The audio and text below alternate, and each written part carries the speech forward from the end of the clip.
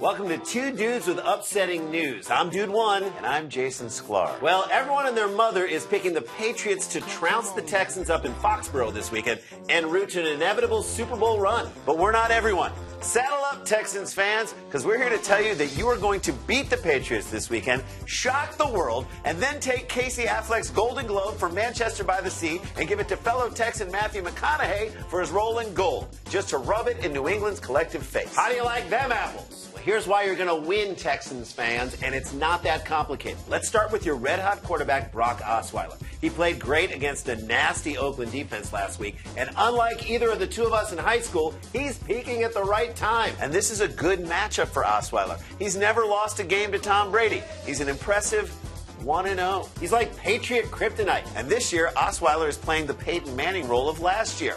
Last year, Osweiler basically led the Broncos to the Super Bowl, only to watch Papa John himself lead the men in orange across the finish line. That's right, this year, ripping a page right out of Peyton's playbook, Osweiler let his backup Tom Savage do the end-of-season heavy lifting when the playoff race was down to the wire. Then he comes in and beats the Raiders in the wild card. We call that late-stage Peytoning, or the reverse 2016 Osweiler. Okay, Randy, you know and I know that defense wins championships, and in the playoffs, defense travels. And the Texans make their money on D. The Texans have the #1 defense in yards per game, and here's why that's important. The team leading the league in that stat has made it to the last 3 Super Bowls. And Texas has been doing it without J.J. Watt. I know you all are out there like, J.J. Watt? Well, guess who's finally playing to his potential as the first overall pick in the 2014 draft? Jadeveon Clowney. Last weekend, he was busting balls like Meryl Streep. He was more dominating than La La Land. Now, the Texans may be a 4 seed, but let me lay this on you. The last 5 Super Bowl winners have either been a #1 seed or a #4 seed.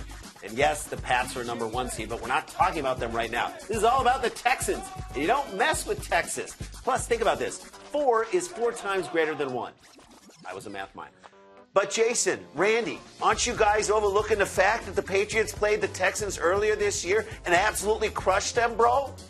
No, we didn't overlook that. And I don't like your tone or bad accent, fake incredulous New England fan. The Pats beat the Texans with Jacoby Brissett at quarterback. Have you seen that guy play? He was lights out. The Pats are going to have to see if they can duplicate the Brissett-like brilliance with the third guy to start for them this season, Tom Brady at the helm. It's going to be hard to do. Brady is way older and doesn't move around as well as Brissett. He's a sitting duck for a Texans defense that will try to go after him like Trump went after Street. That was a good use of Trump's time. That's great clock management. And the Texans are way more familiar with Tom Brady's style, given the fact that their head coach, Bill O'Brien, was Brady's offensive coordinator in 2011, and Romeo Crennel was the Pats' defensive coordinator for 3 of their Super Bowls. These two know what the Pats are going to do before they even draw up the play on their damaged tablet. And George Godsey, the Texans' current offensive coordinator, was the former tight ends coach for the Pats.